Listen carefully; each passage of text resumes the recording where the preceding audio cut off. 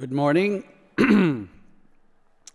We have decided, I was allowed by the organizers of this extremely interesting forum to present jointly with my colleague André Bourassa. We will be presenting on a regional approach to inducing better governance towards or for sustainability. And in all fairness, I could not present this alone, given the fact that both of us had found out a couple of years ago that we were working and had thoughts and had worked on a similar concept, which in fact merged into what we are going to present to you.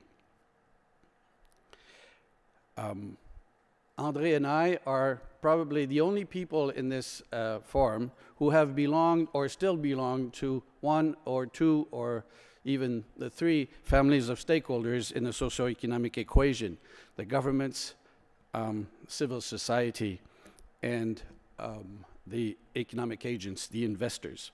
So, André, without further ado, could you start? And I will.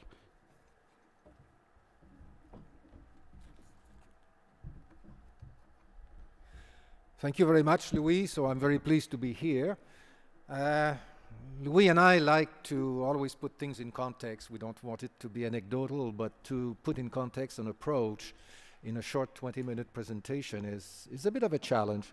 So I'm going to go very quickly in some elements. And coming at this stage of the conference, many of them have been mentioned. So I will go quite quickly about that. So we're talking about development when we think of Africa, for example, and obviously it's needed for poverty alleviation, which is a great objective throughout Africa. Development works best when it rests on comparative advantages. Well, if you do some economics, this is something we say, and then with the capacity to optimize the generation of benefits. Now we know that one of Africa's key comparative advantage is its natural resource endowment. It has great mineral potential, still quite underdeveloped, but it's already great what is known. Now, the theme here at this conference, it's governing natural resources.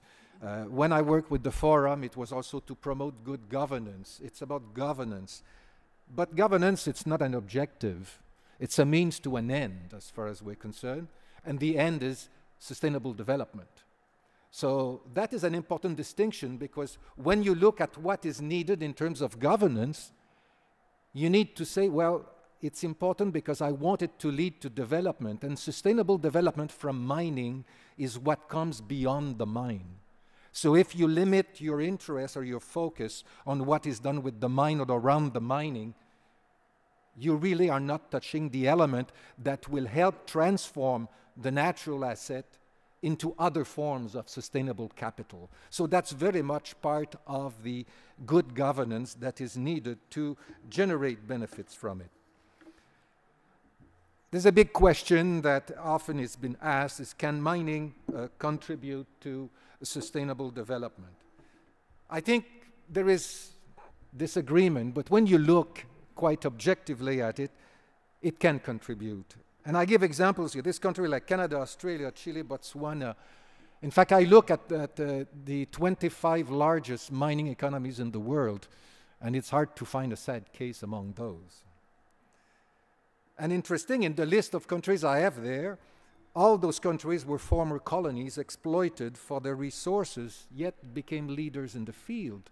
So can it lead to sustainable development? I think I won't go too deep into it, but there's good indications that it can, obviously, if it's done properly, because it doesn't always seem to work that well.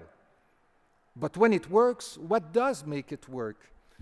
And is there such a thing as a curse? We often hear about the curse, and I think this curse has been one of the greatest disservice to whatever is intended to help in mining. First, when I was with NRCan with a group of people, we did our own statistical research, and we couldn't find the curse anywhere. There's a problem of methodology and right assumptions. And then when you look more globally, you see that there's problem in countries, and the case that normally is brought is Congo. Has mining corrupted Congo, or has Congo corrupted mining in Congo? That's a very good question to ask, which often I think is not properly addressed. And when we look at countries where mining has failed, we try to find out what has worked in those countries. Their forestry industry doesn't work. They have a forestry curse. Agriculture doesn't work well. There's an agricultural curse. Aid doesn't work well. There's an aid curse. Let's make the list. I think there's one type of curse, and the curse is the governance curse. That, if there is one, that's what it is. And having this idea of a curse, the problem that I see with it is that it focuses on a sector when in fact the issue is systemic. And somebody mentioned yesterday there's so many activities going and ongoing and being done and new one being invented. Well, is it because maybe many of the activities to help in those situations, if there's new one, is it because the old ones haven't worked? And people have to keep thinking of new ones because, and why don't they work well? Maybe they go from misdiagnosis. And in the countries where we have a so-called curse, maybe because if we take a sectoral approach, but you know, I cannot be divided, have my left side which is honest and my right side which is dishonest.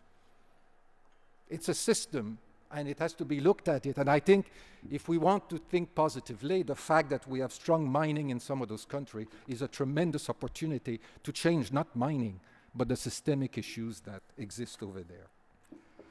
So differing outcomes are explained by the capacity for good governance.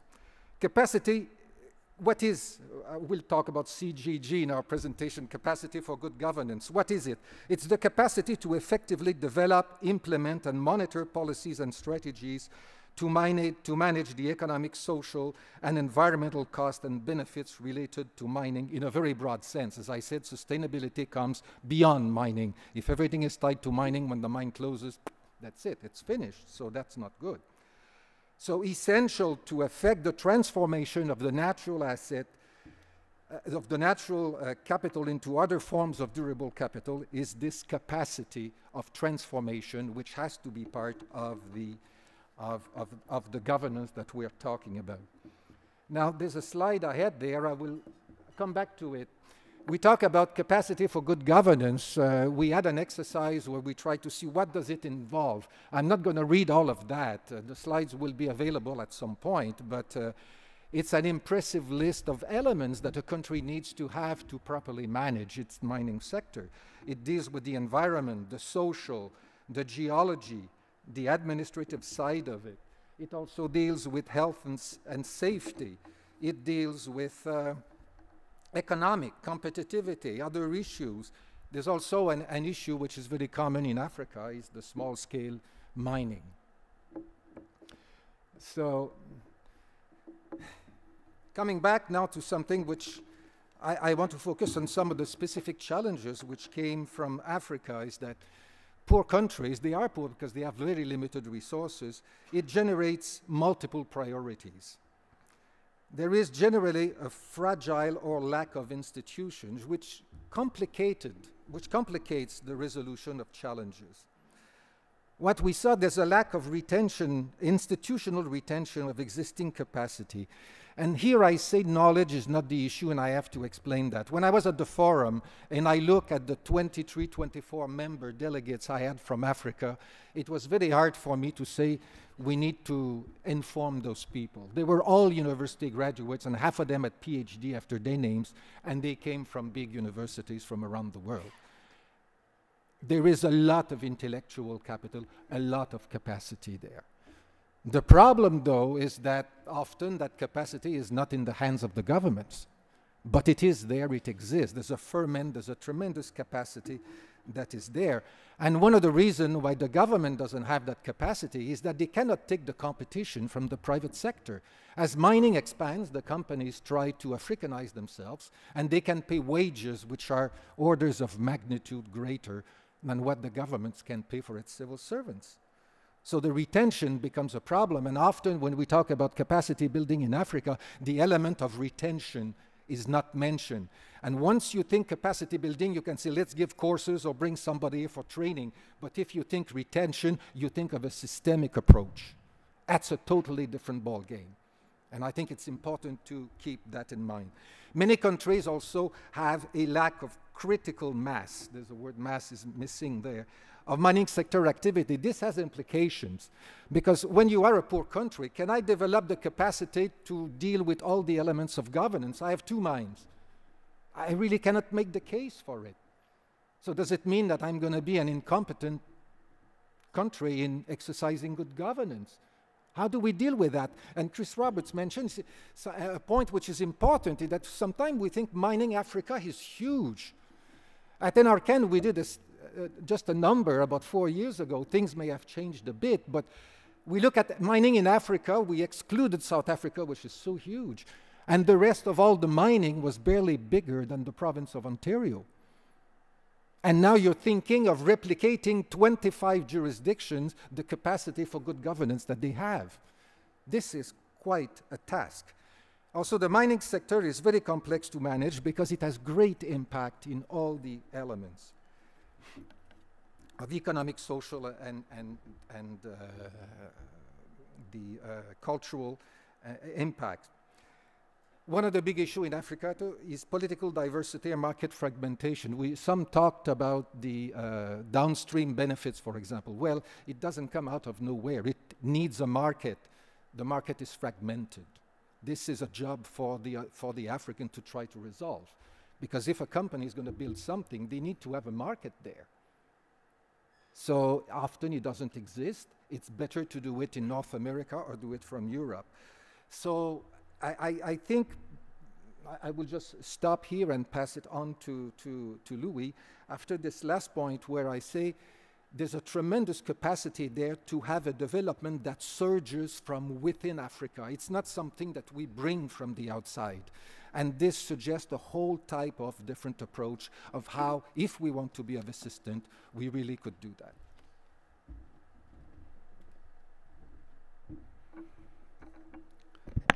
So the question is posed, how do we deal with this governance curse? How do we deal with the challenges associated with translating the energies contained in not only the investment transaction, but the endowment of resources in the African countries? We therefore need a new approach to capacity building.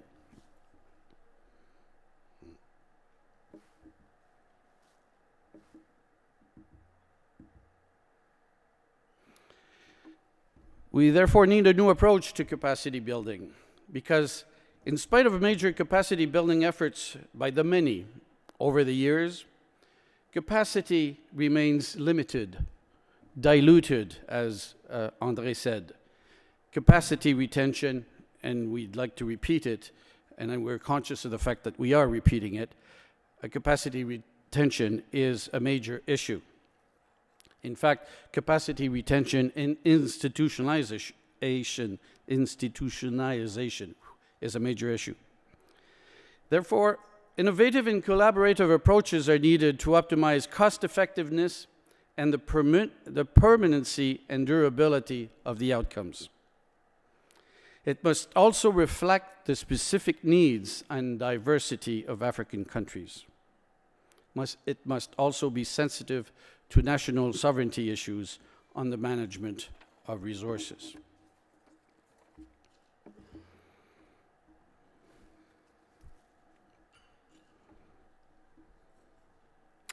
The lack of durability or the long-term impacts of capacity building is in part due to the fact that we may have focused too much on national individual governments through a series of bilateral approaches.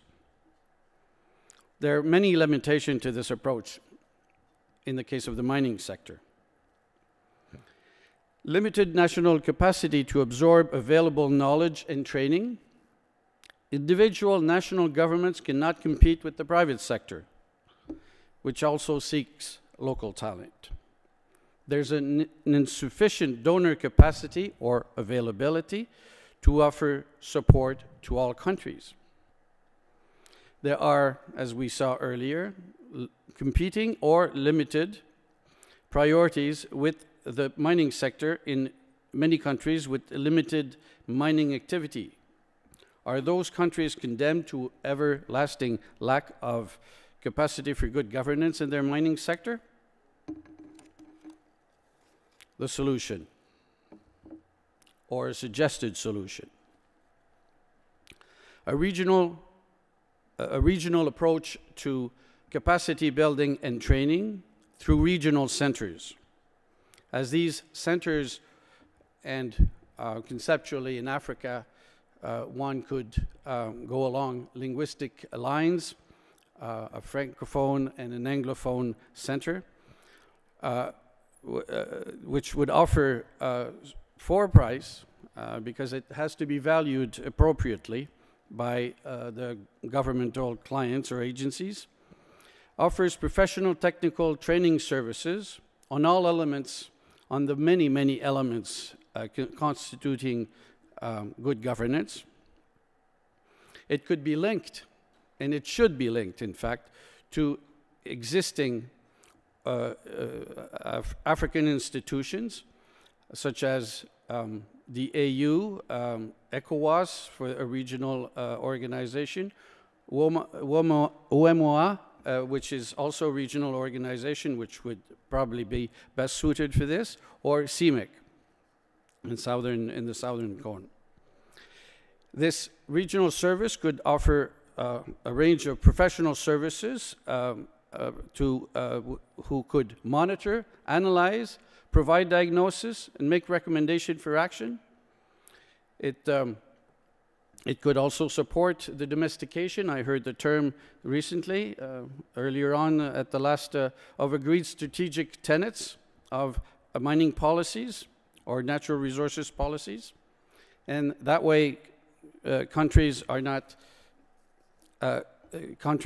limited by the countries remain sovereign, and they can draw those services on demand.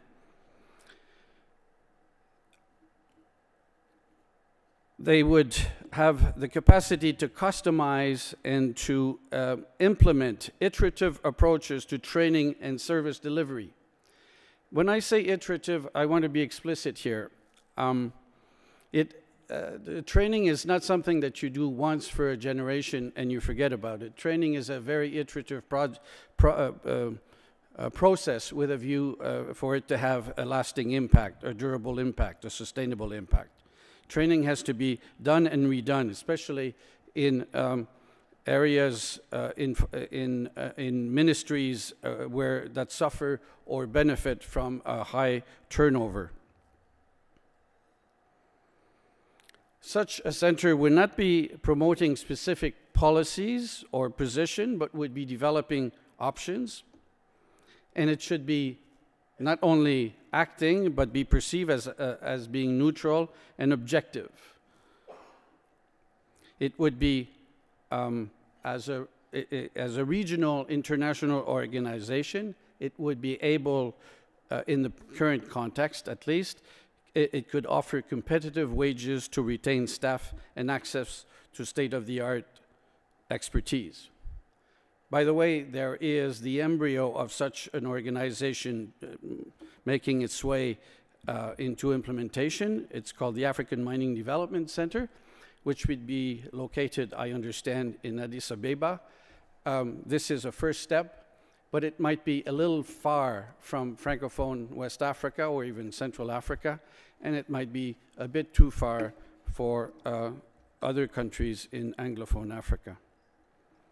Nevertheless, I think that the concept has a lot of merit and should be supported. Advantages that such a regional platform would have, and I will go fast because time is going fast. It would be an instrument close to countries' need while away from the partisan debate.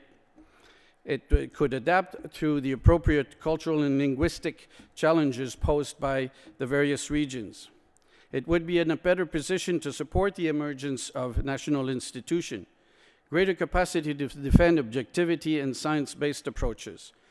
It would be a stronger participant in knowledge sharing, regionally or globally, than strictly a bilateral program. It would be, it would have offer greater institutional, administrative, and financial stability. And a lower cost. We've just talked about this. It would have a greater ability to capitalize on regional, continental, and even global strategies, allowing for timely implementation, accelerated in the sense, timely in the sense of accelerated implementation of mining capacity for good governance.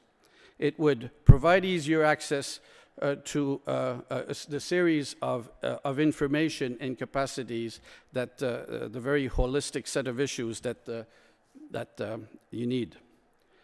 And finally, it would be attractive to a greater variety of funding sources, which is not a negligible element. It would be, in my view, it's a subjective judgment, greater conformity to aid effectiveness.